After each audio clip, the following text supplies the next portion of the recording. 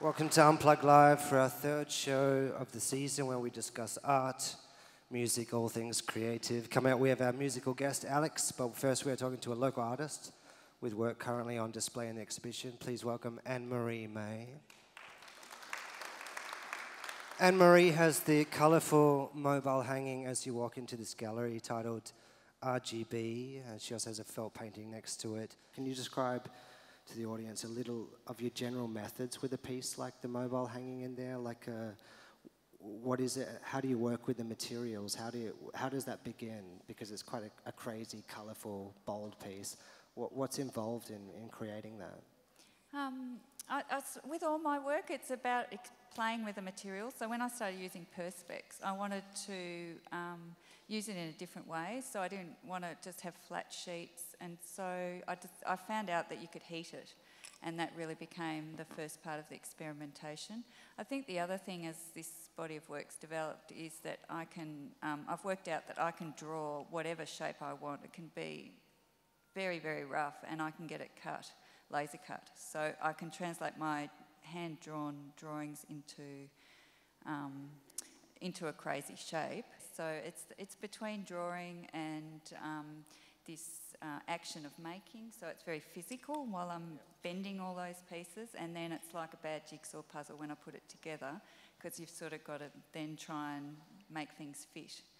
This kind of work, is that something you've always done, or is it something do you go through certain phases with your work where you've worked with completely different materials at one point and now you're at a point in your life where that is what you're doing right now? No, my work always changes, which is good, I think. It's healthy. So it changes. So this acrylic work I have worked for some years now, but I've also casted from just scrunched up pieces of paper. I've cast those into bronze, and I've also sort of half scrunched, half folded into little architectural shapes and cast that into bronze. I've worked with felt for many years. How do you put scrunched up paper and cast it into bronze? It's another process. For me, it goes back to that material experimentation. So it's called lost wax casting. But it's always about pushing the boundaries of the material and trying to make different shapes that aren't so expected. And have you ever had an idea with materials and it just couldn't be done? Because I imagine when you might think to yourself, I'm going to scrunch up this paper, and I'm going to dip it in bronze or have it done. Well, I didn't know you could do it, really. I just kept on asking questions. Is that part of the challenge? Have you had some part moments of the challenge, where you've thought, and there's some how do I do terrible this? failures in there too, you know. So it's just part of what my practice is, I guess, is this constant experimentation with materials and process, and sort of all done under my momentum, bodily sort of momentum. In 1958, the painter and sculptor Yves Klein produced a near riot with an exhibition of emptiness. An empty gallery painted white titled The Void. His experimental works greatly influenced the development of minimalism in art. You yourself have had the reflections and the shadows of your work focused on as much as the piece itself. Do you intentionally strive to draw attention to the space outside of and around your work to make people look beyond the piece? Do you consider the reflection from your work on a wall part of the piece itself? Very much so. I think about my practice quite spatially. So that mobile sits within the room, and I like it to sit near a white wall so that you can actually see the depth. But yes, I've used the light and projection to make the work extend onto the floor.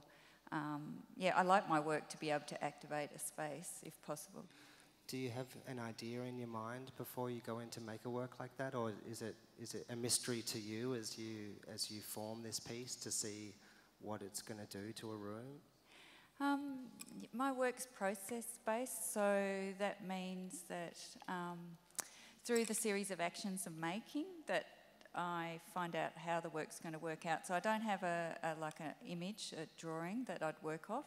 So I have more like a system of things. So there were a system of shapes, and there was decisions made around colour, shape, and then I go into this the making process, which is really important to all my work. And that was involving heating this plastic and bending it by hand And so with the Rgb Mobile, it was the largest work I'd made on that, you know, in this scale. So there was sort of engineering and other things to think about. And what have you got coming up? What are you working on now?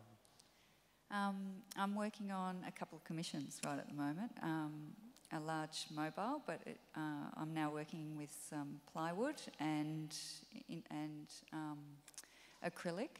So yeah. Well, we look forward to seeing what you bring forward in the future. Thanks so much for being with us, Anne-Marie, Thanks today. for having me. Yeah, thank you.